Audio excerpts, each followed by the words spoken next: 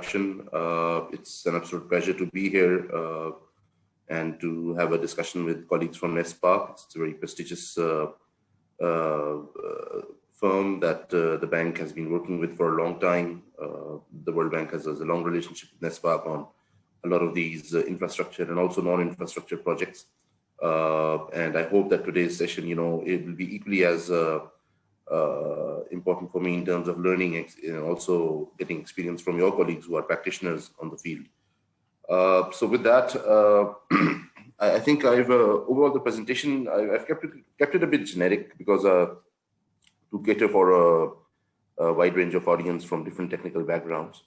And of course, I'll be happy to answer any questions and have a discussion at the end of the presentation. It's not very long. It's quite short, and so we can have more time at the end on questions and answers. So with this, we'll begin.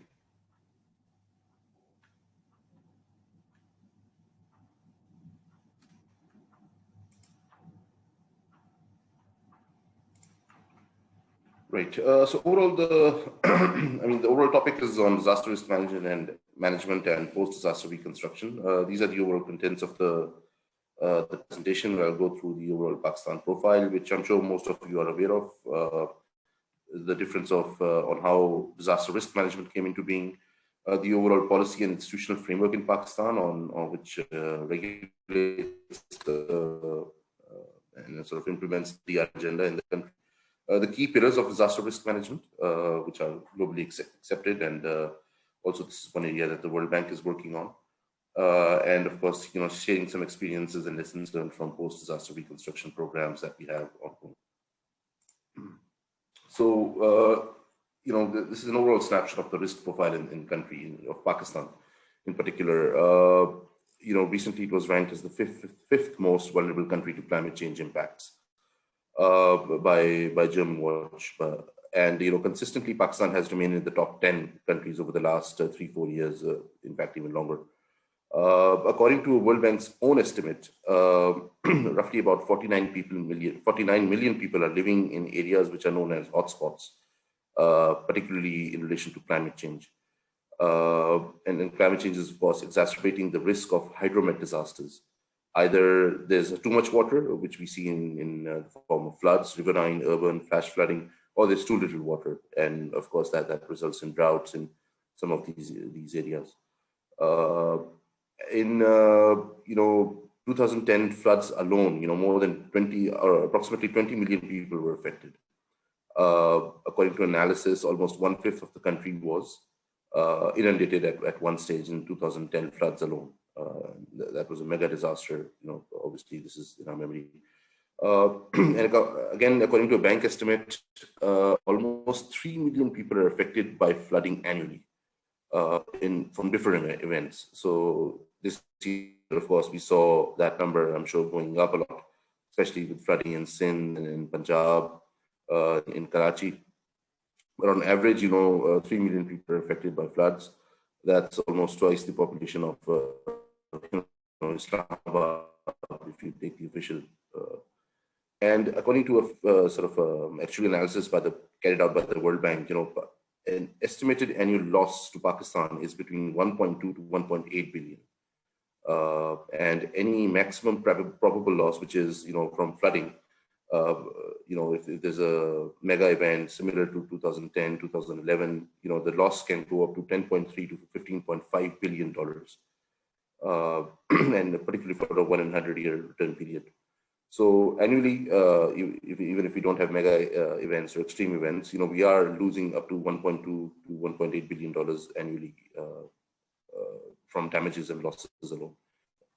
Pakistan also has a high seismic risk, so of course, number of fault lines, active geological fault lines are passing through the country, north to south. There's, of course, from the Makran subduction zone just outside of Karachi. That's also very significant fault line, very high risk fault line. I was told once that even the Indus River, it's actually on a fault line. And that's how the river came about, thousands of years ago, because of the fault line that created space for the water. In 2005, as we all know, I don't think that event can really be wiped out from our memory. Massive earthquake in Kashmir, 70,000 fatalities, and the overall loss to the GDP was 2.6 million at that time, 2.6% at that time. And from earthquakes alone, the annual expected loss is about $1 billion. And if a 2005 type of earthquake were to occur again, we'd lose up to $18.75 billion. Of course, in addition to the massive human fatalities and the toll. Pakistan is also has the highest rate for urbanization in South Asia, almost 36.4%. And that is creating a lot of problems in urban areas. It's creating a lot of risk in urban areas due to informal and high density settlements, poor planning or rather unplanned development, which of course is also affecting service delivery. Construction practices are not up to the mark. Building codes are not being enforced. So this high rate of urbanization and unplanned urbanization is also exacerbating the risk in the country. And quite recently, we saw that due to the COVID pandemic, there are massive gaps between the health and our emergency management systems. Particularly when it came to coordination in the initial days, we had the institutions, but they weren't really able to respond in a more coordinated manner. A lot of the response was fragmented, but which we overcame. We also saw that this pandemic provided an opportunity for the institutions to work together and to have better coordination. So, the topic for today was basically disaster risk management. But prior to disaster risk management, what was initially happening was disaster management. That is the old and the traditional approach, which is basically response-oriented and a reactive approach. And that's what we've been doing, humankind has been doing for a long time, basically responding to disasters. Today, I think, is also the 50th anniversary of the cyclone in East Pakistan. And I was reminded by some of my colleagues who are working in South Asia that it was a massive event. And at that time, the government, the whole focus was on disaster management, and even that, which we couldn't carry out very well. But after the 2005 earthquake, this whole approach changed in Pakistan in particular, and we learned from other countries who had implemented a disaster risk management approach, which is ex ante, which is proactive, and the focus here is on managing the risk of disasters, not just responding to disasters. It focuses on the entire cycle of DRM. Starting from preparation, risk mitigation, disaster response, and then recovery and resilient reconstruction. So it is important that we look at disaster risk management, and this is something that we're all practicing. Managing risks in our everyday lives as well, especially post-COVID. We are washing our hands, we're keeping social distancing. That is all part of risk management, and this, of course, needs to translate into our national policies as well when it comes to DRM and climate change. So just an overview of the policy and institutional framework under which DRM operates in Pakistan in particular. Globally, there is an agreement called the Sendai Framework for Disaster Risk Reduction. It's from 2015 to 2030, which sets out the key priorities that each country should be working on. And there are 4 priorities under the Sendai Framework on understanding risk, on improving risk governance, on investing in preparedness, and also recovery and reconstruction. Prior to this, the global agenda was governed by the Hugo Framework for Action, which expired in 2015. Pakistan is, by the way, signatory to both, and almost all countries are signatories. These are under the UN Charter. Within Pakistan, the overarching act is the National Disaster Management Act, which is the overarching legislation, which initially in 2006, we had the National Disaster Management Ordinance, and in 2010, it became an act. We also have a Climate Change Act. Pakistan is actually one of the few countries that has a dedicated Climate Change Act, but unfortunately, it hasn't been operationalized in the way it was envisioned. These are, of course, some of the challenges. And in terms of our overall planning document, there's the National Disaster Management Plan 2012 to 2022. I understand this is also being updated at the moment, and And in terms of the institutional structures, there are national and provincial disaster management commissions. The national commission is headed by the Prime Minister, and the provincial commissions are headed by the chief ministers, which approve and set, which are supposedly they should be approving and setting the policies. But unfortunately, their meetings have not been very frequent. This is one of the key issues that DRM, of course, is not when it's not a priority. You have other challenges and issues. It's difficult to get the DRM agenda on the table with the policymakers. To support these commissions, we have, of course, the national, provincial, and district disaster management authorities. But of course, there are capacity challenges. There are institutional coordination challenges. Even for a disaster today, we would be witness to massive coordination gaps and communications gaps between the national and provincial disaster management authorities. And district disaster management authorities are almost non-existent at the moment. Physically, I mean, they exist on paper. The DCO is supposed to be heading the DDMAs, but we all know in reality. And this is also the weakest link because district authorities, local governments are usually the first responders to disasters after the communities themselves. And unfortunately, not having these DDMAs operationalized is a massive gap. It's a massive challenge. Related to Climate Change Act, we also have a dedicated Ministry of Climate Change. Again, Pakistan is one of the few countries to do this, but unfortunately, the agenda has been a bit slow in terms of moving forward on climate change. One thing unique to Pakistan is we also have a National Disaster Risk Management Fund. So this is often confused with the NDMA, but this is a separate entity. It's a Section 42 company owned by the government of Pakistan. It's a non-bank financial intermediary. And the purpose for this fund is to invest in DRR, so act as a vehicle to provide financing to government and non-government sector to invest in DRR and climate change. And this is unique to Pakistan because in South Asia, Pakistan is the only country to have such a fund which is investing in DRR. And this shows the commitment of government to the agenda. This is one side of it. But there are other challenges in implementation of the programs of the fund, which we can talk about later. And of course, there's been some recent remapping and reorganization of DRM institutions in the country. For example, you might recall there was ERA created after the 2005 earthquake. That has now been subsumed under the National Disaster Management Authority. I believe the cabinet's ERC, the Emergency Response Cell in the cabinet, is also being subsumed under in NDMA. And the fund is currently now placed with the Ministry of Climate Change. I believe there's also some thought process going on within the government to remap the fund so that it can holistically look at overall DRM challenges. So here I want to talk about 5 pillars of DRM, and they're closely aligned to basically the Sendai framework, as well as this is something that all sort of leading development partners such as the World Bank, ADB,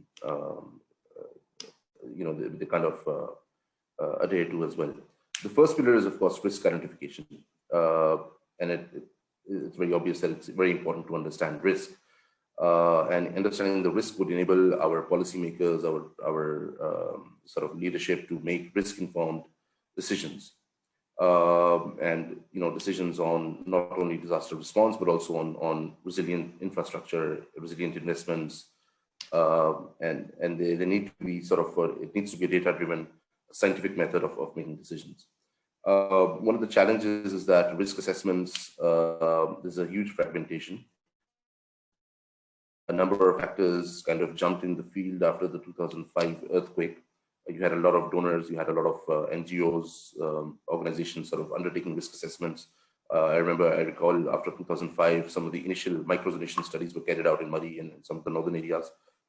But but we don't really have a full picture of the country at the moment, and there are critical data gaps which are present, which need to be filled. Also, in Pakistan, you will hear the word a lot, MHVRA, multi-hazard and vulnerability risk assessments. So that is what the government is now calling, risk assessments. They have a whole program at NDMA to push these. But of course, there are challenges on capacity. There are questions around risk assessment methodology. And this part is also very important, the methodology on, and I'll come back to this later, especially when you're looking to transfer the risk from the government. So, so there are institutional challenges and also sustainability challenges on how to take this forward.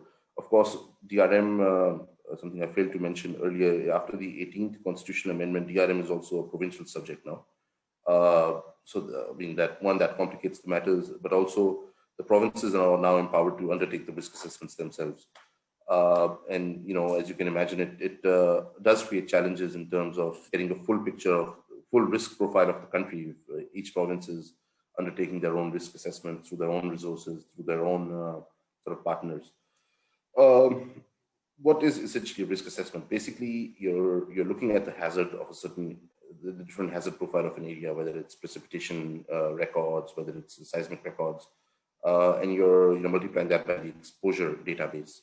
Exposure database is your basically three things: your population, particularly the vulnerable population, the infrastructure in a particular area, in floodplains and seismic zones, and the economic activity in that area. That, for example, your agriculture fields, your other critical assets. And, we assess the vulnerability of that exposure database that gives the overall, risk profile of a country. And this is a generally globally accepted methodology on how to make this forward. Now, the details, of course, vary between country to country and organization to organization.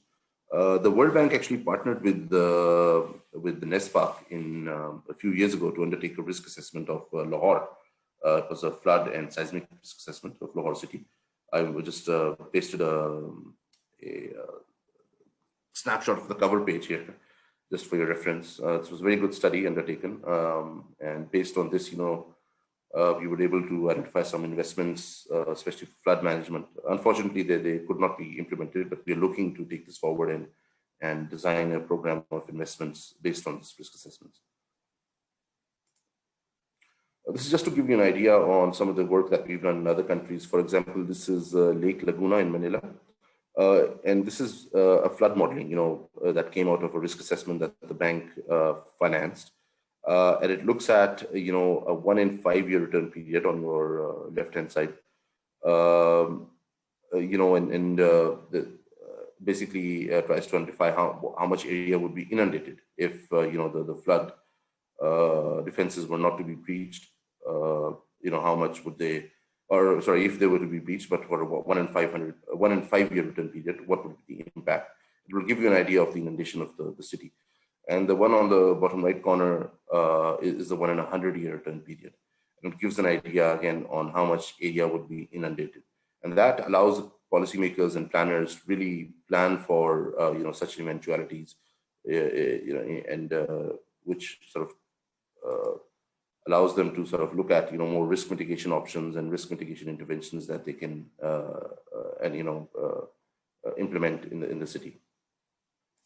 Again, another example is from the Pacific Risk Information System. Again, the World Bank kind of helped a lot of these Pacific countries in undertaking risk assessments and making sure that this risk information is available in an open source platform. It's available on the web for the communities, for policymakers, for decision makers, and DRM practitioners to look at.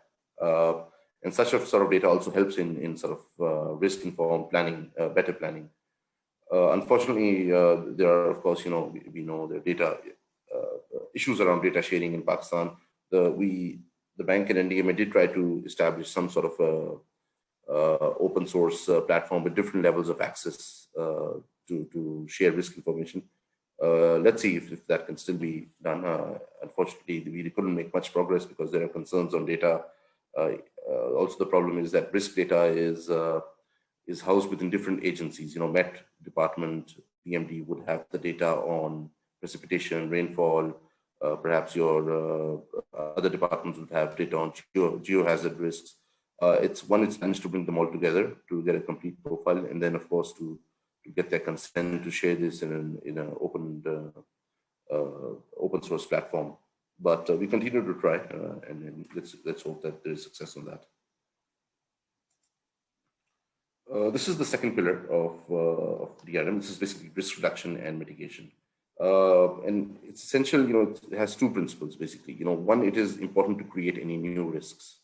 And that involves, sort of land use planning, territorial and spatial planning to make sure that, you're not creating new infrastructure in high risk areas. You're not creating in kacha areas, in flood zones, in areas which are seismically active. And of course, whatever infrastructure is created, it's built to a certain standard where you're applying the building codes, you're applying the building standards to the construction. Secondly is to reduce the existing risks. I mean, there's a lot of concrete jungle in many of our cities, in many of our a lot of high risk infrastructure in across the country. And it's important that we reduce the existing risk, and that can be done through retrofitting of public sector buildings, particularly, especially schools, roads, hospitals, government buildings that need to be made more resilient through retrofitting interventions. I'll give an example here of Haiti, for example. When the 2010 earthquake in Haiti struck, more than 50% of the government was wiped out because the government buildings just fell, and the cabinet and then the high level leadership was just wiped out completely because the buildings were so unsafe. Especially, you need to ensure continuity of services in the post-disaster. So it's very important that you have retrofitting of schools and hospitals in place, and of course key communication infrastructure like bridges and roads as well. Then of course you can also make new infrastructure for risk mitigation. The picture that you see on the top left is actually of a dam being built in Sindh under one of the World Bank projects to address drought risks. So of course, new infrastructure for flooding, for droughts, for coastal hazards. That's something that we need to do. Of course, reducing risk means creating a culture of prevention and educating people, creating awareness. I think after 2005, there was a lot of awareness, especially in the northern areas, on good construction practices. That is one thing that came out. A whole industry came out of it, of trained masons and skilled laborers. And any infrastructure development or your public sector development, I think should be, our government or our policymakers should be applying a climate and disaster lens to it. And not just them, but also practitioners, firms such as NESPAC, you're doing a lot of these design and supervision works for infrastructure. So it's important to apply the climate and disaster lens. According to a World Bank estimate, every dollar invested in disaster prevention saves $4 in disaster damage. I've also heard $7 saves $7, but I mean, we get the idea that what you invest today saves you a lot in the future. But unfortunately, investing today does not give you the return. You're not able to see the returns right now. This is one of the problems. You only see the return once a disaster occurs. Unlike other sectors where you can invest in school now, you can invest in a hospital, or you can invest in large fancy infrastructure. You see the result right there. But with this, you have to be patient, and you're basically investing in your future. The third pillar is on preparedness. So how well you're prepared to absorb the shock of the disaster and bounce back. One of the key areas here is to have a strong forecasting and early warning systems. Currently, for hydromet disasters, we have the Pakistan Meteorological Department, which is providing updates. Again, they're very generic updates. They don't have impact-based forecasting. It's very generic, sort of a weekly forecast or maximum up to. In terms of accuracy, they can provide up to 1 to 2 days of accurate forecasts. The World Bank, in fact, has a program now with Pakistan Met Department to overhaul and upgrade their entire observation and forecasting network and systems. So inshallah, you will see their improved performance. They'll be coming out very customized, sort of tailor-made products to cater for user departments, for communities. So that program is just starting off. It's called the Pakistan Hydromet and Climate Services Project. One good element, of course, is also to have contingency and emergency plans in place, to have sort of response agencies in place, to have the capacities, to have a logistics plan in place. So that is all part of good planning when you're prepared.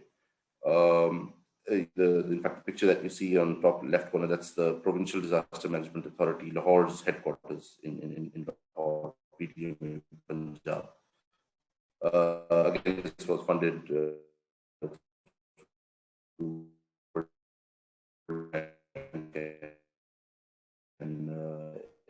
80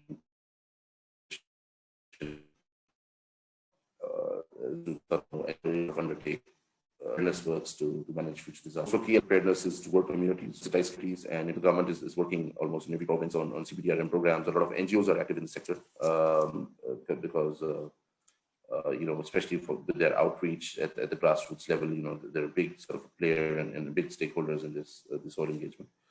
And one thing which, the last point is recovery frameworks on my slide. This is something which is not very, which is not in practice in Pakistan, but in other countries, where countries are able, basically what the concept of a recovery framework is to be able to decide before a disaster on the different roles and responsibilities of each agency in case of a disaster. What happens after, once a disaster strikes, all of our different agencies and our key players come around the table and they decide what to do. But this should be done in an ex-ante manner. They should be prepared if God forbid something happens. There should be very clear understanding on the roles and responsibilities on what each would do on the division of labor. It also means that you're prepared in any eventuality. You have your sort of emergency construction practices, actors, your engineers are on standby to be able to respond, immediately. And this is one picture that I like to show a lot. This is basically from Japan. This is an earthquake in 2011, and it shows the benefit of being prepared. What I talked about recovery framework. The local city council was, the authorities were prepared. I mean, they knew ultimately disaster would come. They were prepared. They had the contractors lined up already. They had bid winning contracts with them. As soon as the disaster struck on March 11, they mobilized the contractors. As you can see, by March 17, the road was paved and constructed new. This is the importance of being prepared. Within 6 days, the construction was complete. This is the fourth pillar on financial protection. So this is actually one of my favorite areas. I could talk about this all day, but I'll try and keep this short. Basically, disaster risk financing helps increase financial resilience of governments at the national and subnational level, of households, of businesses and communities against disaster shocks. So basically, supports or strengthens financial resilience against natural disaster and climate shocks. It can be two ways. Either the risk can be transferred from the government or from the household to the private sector, or whatever residual risk remains, you protect against that. Generally, it's a mix of financing options, as a starting point, the government should be preparing a risk financing strategy, a DRF strategy. Pakistan is in the process of preparing one. The World Bank has been pushing on this. The ADB has been pushing on this. So finally, NDRMF is now taking the lead in preparing such a strategy. And the strategy should be able to answer, 3 key questions for risk financing. First is, who do you want to protect? Whether it's your community, whether it's a certain city, whether it's your infrastructure assets or your economic assets, it's agriculture. Who do you want to protect? Secondly, what do you want to protect against? Flooding, earthquakes, cyclones. It's important to define sort of your key hazards and the key risks. And lastly, the most important question is, how will you protect them? So, and the how is where where you bring in your different mix of instruments, risk financing tools, depending on the severity of the disaster, depending on the frequency of the disaster, of the risk. That's how the how is defined. Especially, each tool, each instrument has an opportunity cost. It will cost you to put it in place. So you need to see which tool is best suited for what type of disaster. For example, for a disaster which is occurring frequently but has a low impact. Normally, ये जो हमारी flooding वगैरह होती है, नालों में and stuff like that. So that is something that occurs very frequently, but it has a low impact. So it doesn't make sense to put a high, sort of a high cost instrument like insurance, for example, to address that. You can address that through low-cost instruments such as disaster management reserves and other sort of financing which is available, budget reallocations. Looking for disasters which are low in frequency but high impact, such as 2005 earthquake, such as the 2010 floods. Uske liye the losses are humongous. The impact is high. Uske liye you need to obviously your other sort of low-cost risk financing instruments will be overwhelmed. Your budget reallocations will be overwhelmed. Your reserves will be overwhelmed. That's where you need to transfer the risk to the private sector through insurance. That's where you need to get more contingent line of credits from development partners, and look at other options such as catastrophe bonds, more sovereign level risk financing instruments. And this is what we call a layering approach. So the diagram shows that this is a layer of instruments that as your losses go up, as your you need to go to other different type of risk instruments. So risk financing strategy needs to have this mix of instruments, in line with your objective. This is just an example from Philippines, where we helped the government prepare a DRM strategy, and their overall outcome of the DRM strategy is to protect the economic growth, sustain the economic growth, and sort of protect the people from falling back into a cycle of poverty from disasters. And they're working, the strategy addresses, risk financing or fiscal resilience at 4 levels. There's national level, looking at the requirements of the national government. Then at the local level, Philippines is a very decentralized country. A lot of power has been devolved to the local governments. So providing the local governments with the liquidity to manage disasters. At the individual level, household level, sort of providing them the finances and looking at the businesses, especially small businesses, on how to provide them finances to recover back. So, and you'll notice that we talk a lot about insurance. One thing about insurance in Pakistan, we often talk to NDMA and PDMAs and other practitioners, think tanks. They all they do talk about on the need for risk insurance. Why don't we tap into the insurance market? Why aren't we using this?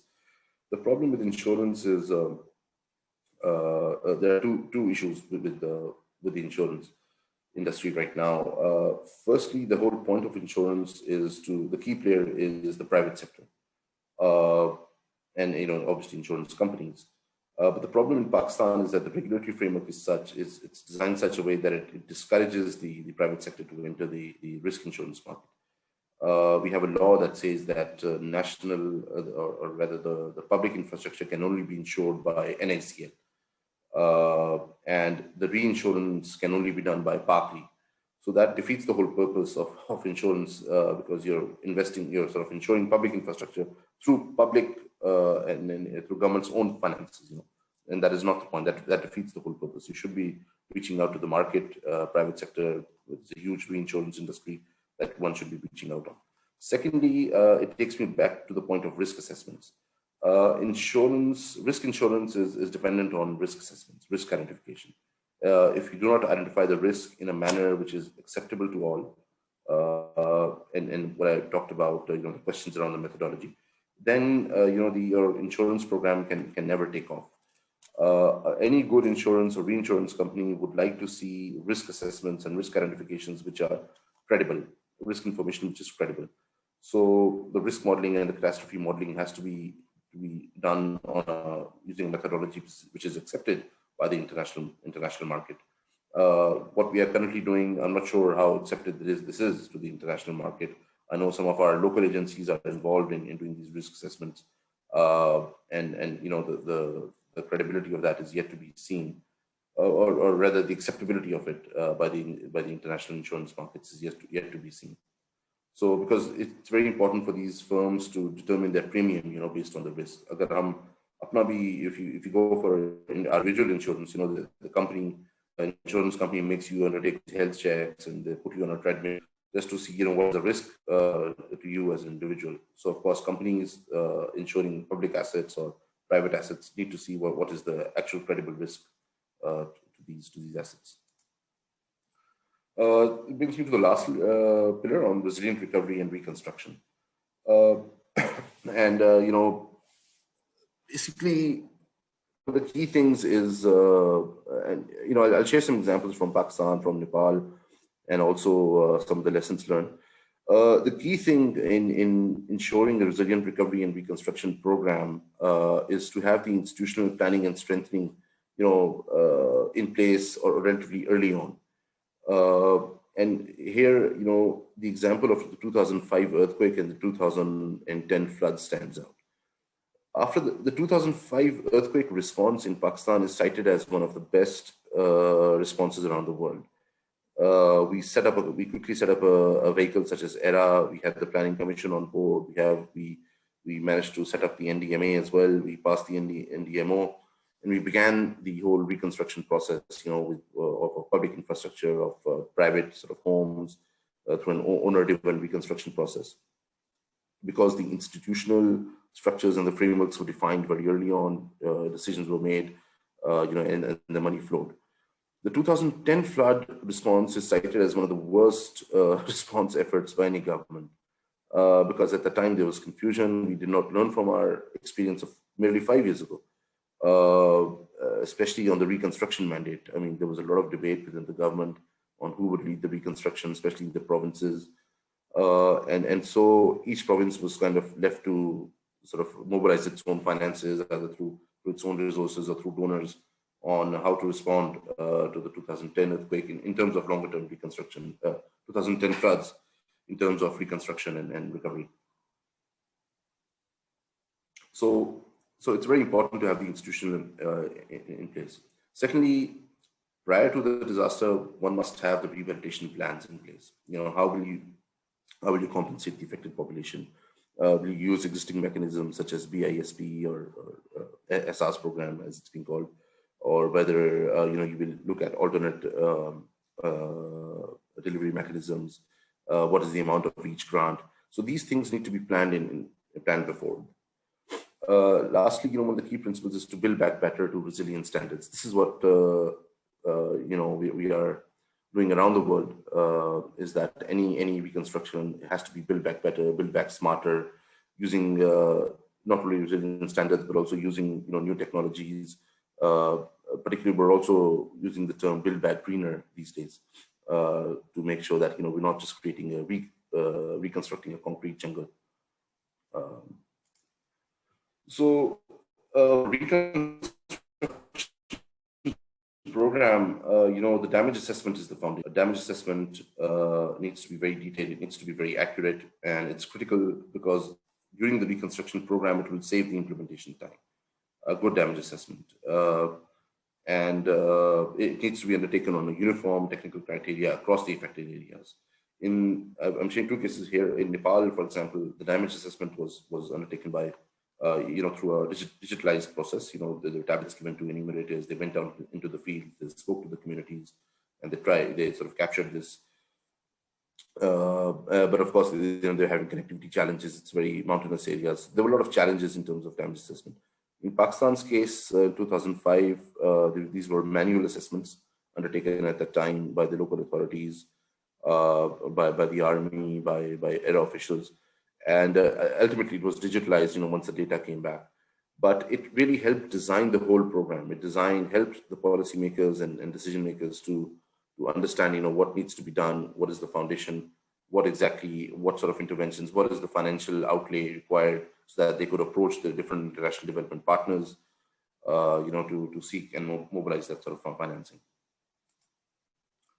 Another key element is to identify the vulnerable, because ultimately the vulnerable population suffers the most. Generally these are persons with disabilities, single women or women-headed households where husbands are usually disabled, women, elderly. So it's important to document them and ensure a just, what we call a just and equitable distribution of resources. Often times we've seen in disaster management, in sort of post-disaster scenarios, that the vulnerable are left out. They sort of miss out on the resources which are being distributed, especially in communities.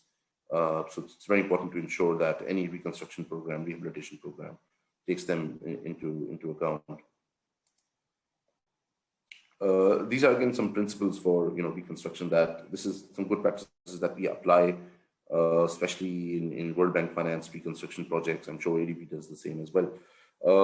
Like I said earlier, multi-hazard resistant reconstruction. So you definitely have to refer to the damage assessment, and it needs to be better than what was there before, at the time of the disaster. It needs to be much more resilient in terms of construction. This is what we are pushing in almost all our projects. In Punjab, for example, we are working on flood reconstruction of flood embankments, and we are holding them to, or sort of building them to more resilient and higher standards, so that it doesn't, it can actually surpass the previous landmark of disasters. Again, reconstruction standards need to be defined early on, and more the standardization and lesser the problems. This is particularly true for housing reconstruction, because especially when you're over a large area, when you're working with a large number of communities, you need to set a certain standard of that, this would be the acceptable standard of housing reconstruction. After the 2005 earthquake, or rather, in fact, in the Nepal case, people were given cash grants to sort of develop, or reconstruct their own homes. It was owner-driven reconstruction. And at every stage, different stages. So when they reached a certain foundation stage, there would be a check. The army would come in and make sure that, being constructed to a certain standard, then there will be cash grants, and each stage, they were being checked. And there were many cases where the homeowners were not following the given construction practices. So their homes were actually demolished at the time. They were asked to demolish it and rebuild it again. So this is something that is very important. It's also important to have a grievance redressal mechanism in place for any reconstruction program. This is particularly, I know donors and development partners push for this GRM process a lot, but this is very important, especially to give credibility to the construction program and to seek additional, more financing, to mobilize more funds for a program like this. And this is something really that does help in addressing a lot of these challenges and bottlenecks at the community level. Again, there's a requirement for uniformity of implementation approach across partner organizations and sources. So in a large reconstruction program, what you will see is a lot of NGOs, a lot of organizations are coming in with their financing, doing their reconstruction, helping people in sort of reconstructing homes. So there needs to be uniformity. You can't have, you can't really be in a similar high-risk situation a few years down the road when you realize that perhaps one NGO hadn't sort of constructed homes or houses or buildings, in the manner that was agreed amongst all. For the housing sector, particularly the emphasis should be on owner-driven reconstruction, especially for the private sector, because obviously it's one iffy area usually for governments to go into. Governments generally घबराती हैं इस किस्म के housing reconstruction में जाने से, liability एक बहुत बड़ी होती है. So to ensure the quality and the beneficiary satisfaction, it's important that owners are reconstructing themselves. And we need to ensure that owners are on board with MOUs, especially so that they are adhering to the required standards, as I mentioned earlier. When you're looking at supervision, and this is more related to the World Bank projects, ADB and of course NESFAC does a lot of this construction supervision on these large infrastructure projects, even in construction of homes. It's very important to embed technology these days, in particular when we're talking about remote supervision, and ensure that there's a constant monitoring and feedback, and also feed forward, with the communities, with the beneficiaries, with all the stakeholders. And technology also ensures that there's a transparency to the whole program. But one thing we also have to be mindful of is the technology absorption capacity. Not all countries or all borrower countries or rather governments can absorb that technology. In Nepal, we tried to work with these tablets, and we tried to work with digitalization, but of course the connectivity challenges that we had, in hindsight, we realized perhaps it would have been more efficient if it was all just manual, and we could have converted the data back, digitized the data later. So yes, some issues come up. Lastly, socio-technical assistance is critically important. When you're bringing in large financing to reconstruct homes, to reconstruct sort of infrastructure, it's also important to reach the local communities, to guide them, to provide trainings, to create their skills, and make them more aware on safe construction practices. I mentioned earlier, after the 2005 earthquake, there was a whole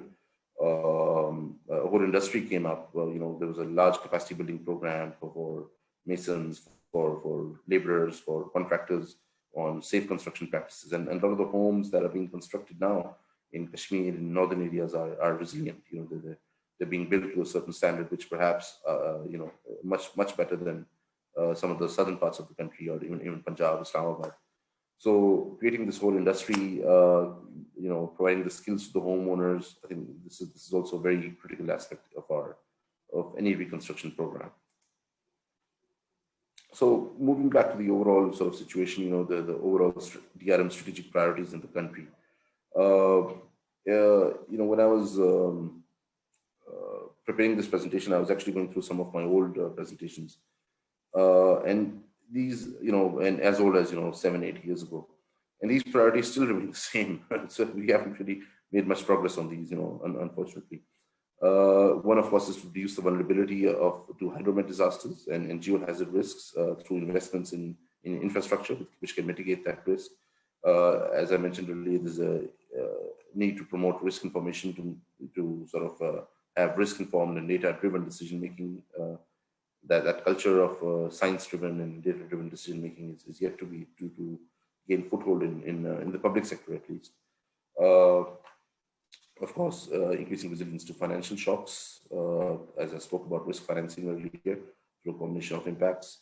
Promoting a culture of climate adaptation in key sectors, so water, agriculture, urban, transport, energy, environment. We didn't discuss much about climate change today. Today's topic was more on DRM, but of course they're closely interrelated. And any infrastructure that is going up in these key sectors needs to be climate smart. It needs to be resilient to the impacts of climate change, and also not contribute to the deteriorating climate change situation. That is also important to note. Also, for the public sector, I think access to climate financing is very important. But there's a lot of climate financing sources out there, and it's important that governments such as Pakistan, are able to access those financing to fund, obviously, the huge financing gap that exists to reach a level of climate resilience that the country desires. So that is something that we should be working on. Pakistan has already started through the Ministry of Climate Change, but it's important that they take it to the next level. So I think that's it from my side. For this was generic presentation, looking at, I wasn't sure of the background of all the participants, but looking forward to a discussion and any questions from your side. Thank you.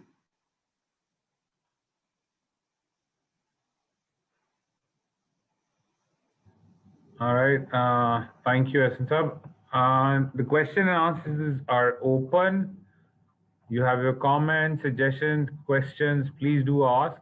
NESPAC Islamabad, especially to you guys, this is your field. DMR is your domain. So the forum is open for questions.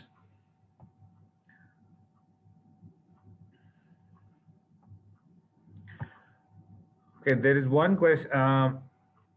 Non-technical kind of a question. In your seismic, there used to be one saying that sorry, this question is different. Okay, we're still waiting for questions.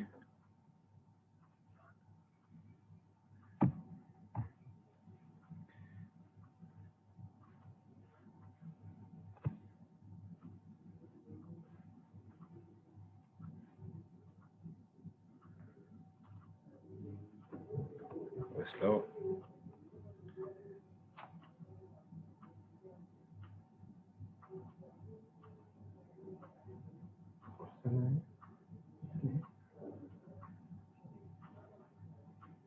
I think people are discussing what to ask and what not to ask.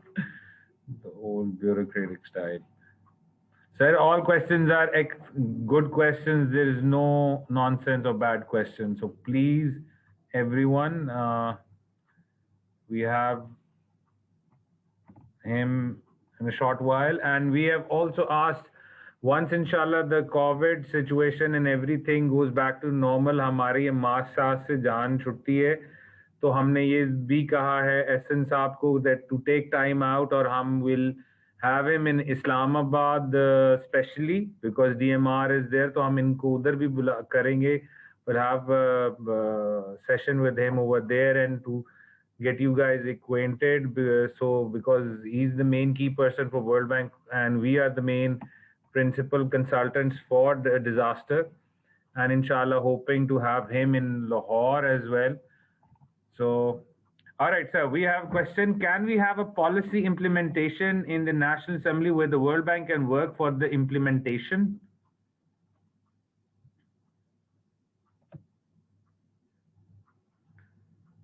Sir, the chat is open. Can we have a policy implementation in the NA where the World Bank can work for the implementation? Oh, sorry. You're on mute, Ahsan Saab. Ji, sorry. In the chat, there's a question on what are the suitable and most effective forms, ways, approaches, tools for disaster education. So there are two questions, one that you read out and this one. So I'll go on the first one. For the question related to the National Assembly, I mean, this is, in the public policy sphere, DRM is not a high priority. And climate is also now starting to get some traction, with the whole ministry and everything. So, I mean, there's obviously need for strong lobbying, need for, raising the awareness of our legislators on this issue.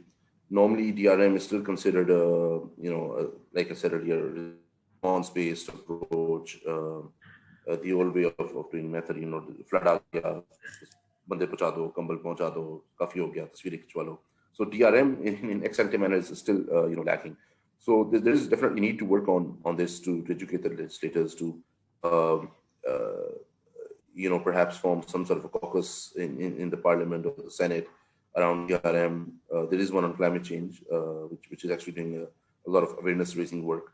And the bank would be happy to support, a public initiative such as this, through our, we have different sources of support, different avenues of support in lending, for infrastructure, for preparedness.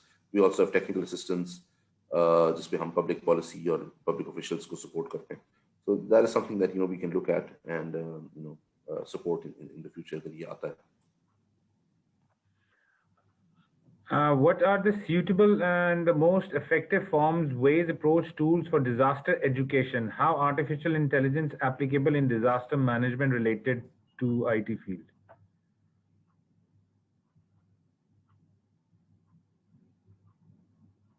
Next question.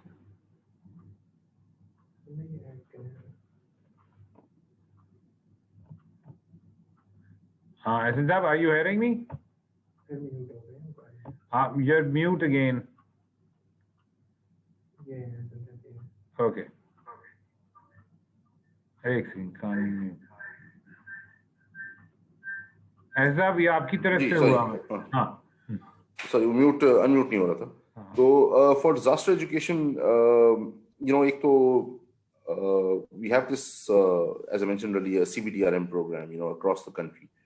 The national government is implementing it, the provincial government is implementing it, and by CBDRM, it's community-based disaster risk management, targeting, not just communities, in urban areas, in rural areas, but also, in schools. So it's important that we sort of scale up the community-based disaster risk management program to across different forums in schools, in sort of offices, across organizations, disaster awareness के हवाले से. इसमें one of the key sort of elements is standardization. For example, अगर हम CBDRM की बात करते हैं, it involves both trainings. It involves perhaps first aid training. It involves certain, dissemination of awareness material, but it needs to be up to a certain standard. हो ये रहा है कि आजकल एक NGO आती है, they will say कि हम CBDRM का काम करवा रहे हैं, लेकिन वो 2 दिन की ट्रेनिंग करा के they will leave. एक और NGO आती है, वो 6 दिन की ट्रेनिंग करवा के they will leave. So this standardization is not being maintained, and that is something to ensure that disaster education is disseminated. That is something that needs to be done. Isme Pakistan has a National Institute of Disaster Management that does carry out trainings for public officials, but of course that needs to be, as I said, scaled up to also communities and non-public officials as well. ताकि उसमें भी they should be having degree and diploma courses. There should be some sort of a system. Again, the problem is the paucity of funds, the lack of expertise, the issue of sustainability. Donor paise de dega NIDM ko, but they will run a program for 6 months or so, but then the whole question of sustainability comes up. So that becomes an issue. On AI, yes, this is definitely applicable, especially blockchain technology. There's a lot of work going on. I'll be happy to share more links on this with NetSpark team as well. There's an on what we call disruptive technologies is really taking over the DRM and climate change field these days. The bank is also working on this, especially for forecasting of potential disasters, especially hydromet disasters. And sort of using blockchain technology to understand how we can sort of better predict disasters, what is the most optimum response, and to allow sort of decision makers to make those decisions जो भी उन्होंने investment के तौर पे करनी है या disaster response के तौर पे करनी है. So I'll be happy to share more links on that on AI. In China, for example, they have a very advanced disaster management program. And they are one of the first countries now to use their space program for disaster management. Space maybe even countries like the US. We do use satellite imagery and all. लेकिन एक disaster को या एक hazard को monitor करना from space. This is really the next step, the next big leap in DRM. Okay, what are the current issues we should concentrate on in flood risk management? Flood risk management पे there's यहाँ पे पाकिस्तान में riverine floods का issue, flash flooding का issue, and more recently we've seen the flood का issue. So we need to sort of obviously जो हमारा riverine flood hai, river floods hai, this is the more traditional flood protection plan, NFPP4 now, or NESPAC has done a lot of work on this, on riverine floods. But even on managing this, you need to look at 2 or 3 things, and this new way of managing floods. अभी पहले ये होता है कि सैलाब आया, certain height का था, इससे ऊपर का बंद बना दो 6 फुट ऊपर, जो हमारा पुराना बंद मैन्यूल कहता है. अंग्रेज के ज़माने का बंद मैन्यूल था. And the problem is that the time when the band manual was prepared back in the 1880s or 1890s or so, there were not so many economic assets or populations living near floodplains or in kacha areas. Now, of course, the scenario has changed and FFC has new sort of guidelines, but I was still shocked to find that a lot of people some of these provinces and oil irrigation departments are still following the band manual, which is basically to increase the height of an embankment 6 feet above, the last flood.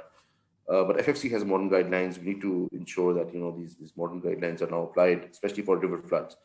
And we need to look at flooding now we need to ensure 2-3 key elements. एक तो spatial planning है on, what is the impact. आप यहाँ पे एक flood management का solution तो कर देते हैं upstream, but what is the impact downstream? या what is the impact in the adjacent areas? ये बहुत कम देखा जाता है. We obviously feasibility में हम करते हैं, but we don't really cater for the impact downstream to a large extent. फिर sectoral issues हैं. आज आपने flood management का solution दे दिया, engineering solution दे दिया, but what is the impact on other sectors? इसका water supply पे क्या sector है, इसका impact है, इसका solid waste management पे क्या impact है?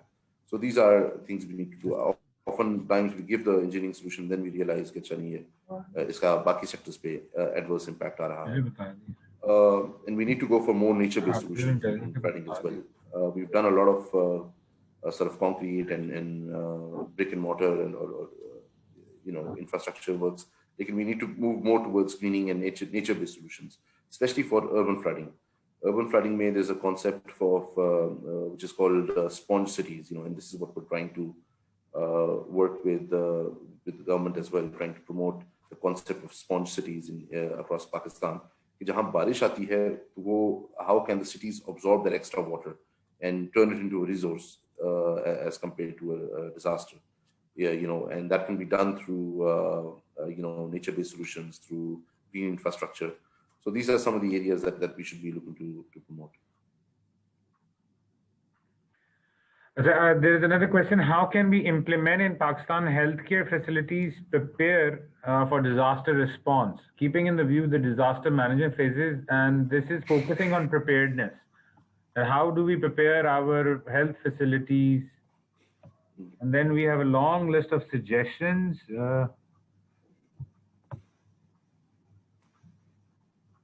So for the health question, one of the things that COVID exposed or kind of made us realize is that disaster management and healthcare are very closely interlinked, especially the health response side. There's a lot of literature coming up that how sort of improved disaster management, or rather disaster management solutions are also applicable to healthcare solutions. Improved SOPs for the emergency management need to be sort of established at healthcare facilities. We need to sort of ensure that dedicated sort of emergency facilities are established within healthcare facilities. A lot of these are relevant to also the DRM field. We also need more integration and coordination between healthcare and DRM sectors. Especially after COVID, we saw that one thing that the government did right initially early on was to establish this NCOC, which brought health professionals as well as disaster management professionals on the same table, and they were able to sort of look at more integrated solutions on especially the TTQ that we have, the testing, tracking, and quarantine. So health we need to mainstream DRM into the health sector. We need to ensure that SOPs are there, operational policies and plans are there to respond to health emergencies and other shocks, and also to ensure that there's continuity of healthcare services in the post-disaster reconstruction, post-disaster scenario. आज disaster आता है, ये ना सबसे पहले हमारा hospital ही बंद हो जाए. हॉस्पिटल का रहना जरूरी है बिकॉज उसी में केटर करना है उस disaster response को. So we need to ensure structural and non-structural interventions within hospitals, within sort of basic health units, district health units, unki continuity rahe in the post-disaster. Especially for, make sure not being constructed in sort of area, so these are some of the. Okay, what do you think? I can't keep up with all the questions of. Yeah, there are a lot of questions. What do you think? Which type of performance checklist should be mandatory for DRR while approval of national level projects at Planning Commission? Okay, thank you. This is a very, very important question. This is something which donors and development partners have been working a lot with the government. बल्कि इसके ऊपर एक checklist बनी भी थी. A draft checklist was prepared and was supposed to be part of supposed to be an annex of the PC1 performa to make sure that disaster resilient aspects are being captured in any project, whether it's infrastructure or whether it's social sector. Like unfortunately, there hasn't been much movement on it.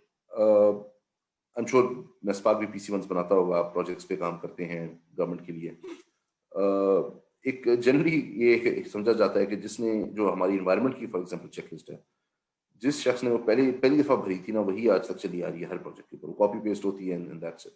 There is no incentive to sort of actually complete it and sort of assess the project unless it's a good donor requirement है. उसको with sector में तो hard design incentive to work on an environment checklist. So yeah, checklist is still far way off. In Sindh, we are trying to make this part of the PC1 perform, or at least putting it at the Planning Commission. One thing that from climate perspective we're trying to do is to make sure that जो भी project आता है, we are able to capture its benefits for adaptation and for mitigation. So it's co-benefits हम कहते हैं कि if it's an energy project, say it's a renewable energy project, तो उसके adaptation के क्या benefits होंगे, how much financing of it is going towards climate adaptation, how much of it is going towards climate mitigation. That will help Pakistan in reporting and fulfilling its international obligations, जो Pakistani commitments की हैं climate के हवाले से कि जी हम certain amount of adaptation financing देंगे, हम certain amount of mitigation financing देंगे. So that is what we're trying to push into the PC1 performer as well. There is a DRR checklist that was prepared after 2010 floods, I think, but it's still lying around. We're also trying to get that mainstream. उसमें infrastructure practices, उसमें ये देखना है कि इसका disaster, how resilient it is to future shocks. Does it cater the risks that are prevalent in the area? Does it cater for them, especially in the design of the infrastructure? And lastly, is it also creating more risks just by क्या वो infrastructure जो हम बना रहे हैं क्या वो मज़ीद risk enhance कर रहा है बाकी communities के लिए?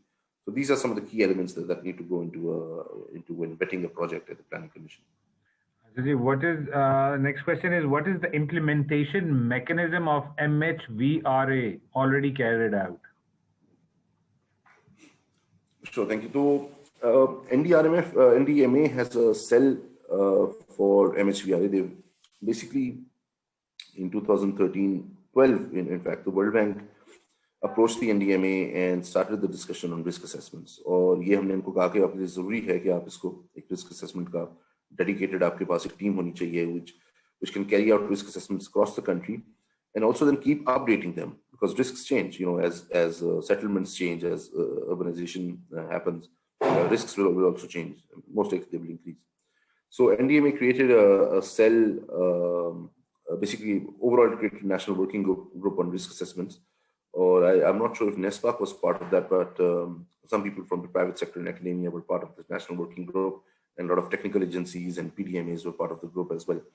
और उसको आगे लेके चले हैं. They've created a cell for risk assessments in NDMA. That cell does undertake MHVRAs in some areas, but like I said earlier in my presentation, after the 18th constitutional amendments, the provinces are now undertaking a lot of these efforts themselves. So, for example, Punjab and Sindh are doing their own MHVRAs at the moment, and they're getting this done through. Punjab is doing it in-house, PDMA Punjab. They've hired experts and they're carrying out risk assessments, especially along the five sort of major rivers in Punjab, उनके जो adjacent areas and flooding risk. Lekin PDMA Sindh, I know is Sindh government is carrying it out through a consultant firm, Suparco के through impact. So this is the problem. This is the challenge. कि हर कोई अपना एक standard अपनी methodology के साथ कर रहा है, and it needs to be harmonized at one stage. So this is a key challenge that we need to address, with the authorities. Sir, next question is, what are your suggestions for raising the funds for disaster risk management for federal and provincial governments by federal and provincial governments in Pakistan? What would you suggest?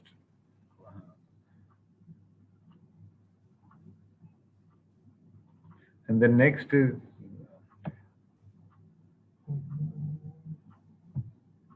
I think. Like I said, जो fiscal resilience, ji Ahsan. Raising of funds, there are different avenues available to the government. There are different instruments available to the government. एक तो, of course, by law, the government is, according to the NDMA Act, the government is supposed to be, it has a National Disaster Management Fund, which is primarily a response-based fund. And also provinces have their own provincial disaster management funds. But, these are basically accounts. कोई national bank में होगा या अपने सूबे के Punjab bank में या Sindh bank में हो. And they function as accounts. So basically, before a monsoon season, the government would reallocate some financing to it, and उसके बाद PDMAs या irrigation जिसको भी पैसे चाहिए, that the money is diverted to them. It's not a fund per se. It's not investing in anything where it can go. एक account की तरह है. NDRMF is a fund that has invested in endowment fund, and its capital is kind of its investments are growing so that it will have more financing available to invest in DRR. एक तो ये funds को इतना credible बनाना है, especially National Disaster Management Fund को, it needs an independent sort of an oversight board. It needs checks and balances. It needs certain transparency. This credibility ho ke donors are not then, even a private citizen is not hesitant to put money in there. एक तो इस fund की है. Second, other sources of financing are of course catastrophe bonds that the government can go into. It's a sovereign level risk financing instrument. Funds can also be raised from different development partners. There's contingent lines of credit available. World Bank ki hai, ADB ki hai, JICA ki hai. Basically, your agar कोई disaster आता है, they'll immediately extend a certain amount of financing towards this. So these are some of the challenges. Secondly, funding is also, like I mentioned, market-based instruments. Risk insurance can also be tapped into. Like, uske apne challenges hain. You need credible risk information to access that. Like, a lot of countries are working on risk insurance programs and then raising a lot of funds. One area that hasn't been explored much in Pakistan is risk pooling. हमारे 4 सूबे हैं, if they can pool their risks, if each and this is something which is very successful in Pacific, in Southeast Asia, and also I think in Turkey, where every province can pool in their resources every now and then, every annual sort of commitment. So that pool keeps getting increased. Every time there's a disaster, then according to its share, the province can sort of utilize that financing. There's a number of financing avenues and instruments available. Government karne wali ho to it can be done. In relations to this, a lot of studies are funded by World Bank, ADB, and other donor agencies. But afterwards, they're all shelved either by the government and not taken up by your organizations further. The implementation is never done. There's law and no mechanism is made to take it to the next level. So investment and funding and everything goes down the drain. So is there any mechanism to take these studies to a next level that they should be implemented or focused on, or policy be made on the base of these first initial studies done?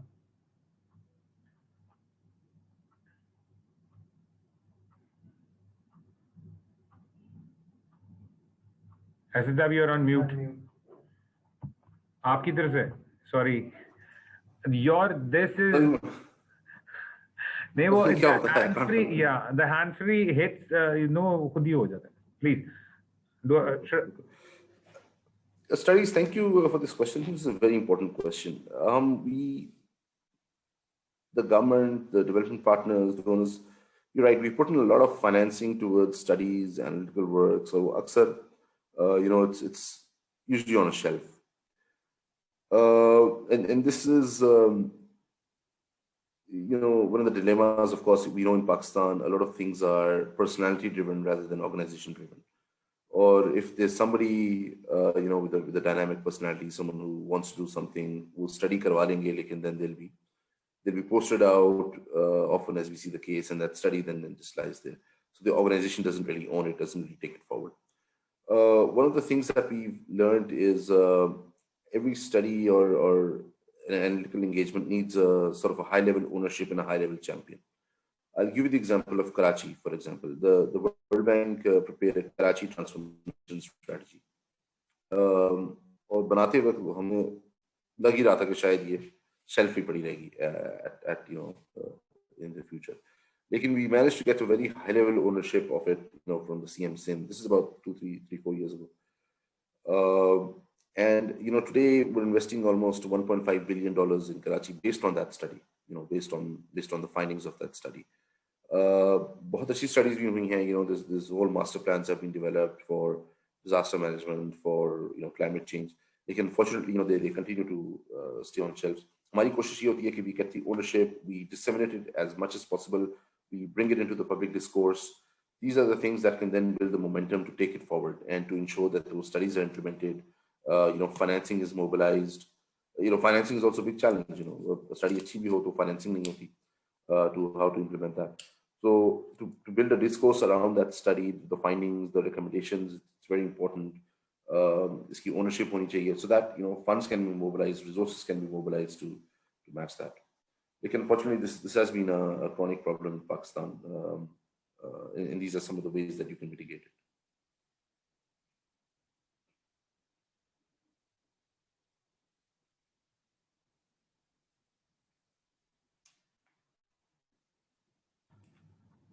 What do you, there's another question, and now this is more of a selfish kind of a question from us, that what do you consider of our role, your take on our role on the 2005 and later NESPAC's role in all these projects, especially in disaster management projects after the earthquake, the flood issues, and how do you suggest, and a suggestion, that how NESPAC can play a more proactive and a better role with World Bank, and how we can, take it to a further next step and start the dialogue and start the initiatives required. What role can NESPAC play?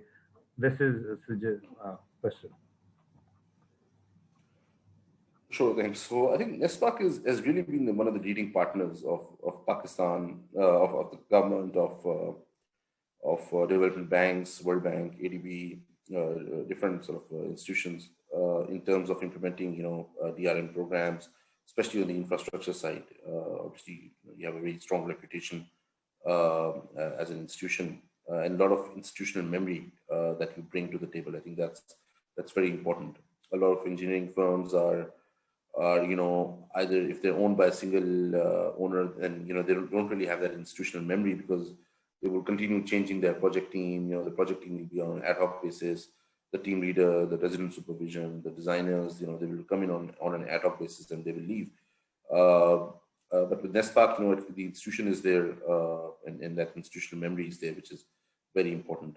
And I'm glad you started this series of trainings and series of capacity buildings. I think this is very important, and not just the banking. You should be looking at other institutions who are doing really cutting edge work. Sometimes it happens at the World Bank, ADB, we're not really doing the cutting edge work in a field of say flood management. It's not necessarily. I'll admit that. There's other institutions, private sector, academia, which is also doing that, really leading the pushing the boundaries on this. So one thing that you should do is tap into that knowledge as well, that is available on what are the leading practices for disaster management, for climate change, and embed that into your programs, into your way of thinking, into the way you prepare your proposals, for certain projects, and implement those during your design and construction supervision and consulting services. I think that's very important. That can give you a cutting edge to stay abreast of the latest developments in the industry. So that's equally that's very important. And I think you had a last part of the question. I hope I've answered your question. How do we move forward with World Bank? That's, I think, for a second part, that we should collaborate. Hopefully, post-COVID, we should collaborate on a capacity building, not just here, but for raising a national dialogue on this. Mm-hmm. One more small part of question that on climate change, and that's what we. This is totally, I think, not the climate change, that Paris Accord. Like US went out of the Paris Accord.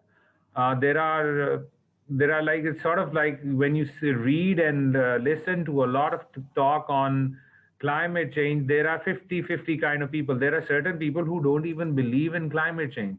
And then there are us, people in South Asia, who are facing that climate change, especially when our government is, and the water crisis happening and flooding happening. So what does World Bank, you're sitting all across the world, why can't we, it's still like it seems like we haven't even gone into the mindset of the developed countries rather than in developing, non-developed countries, that people are still believe that the earth is flat or the earth is round. That conversation is still happening after like a millennia, sort of.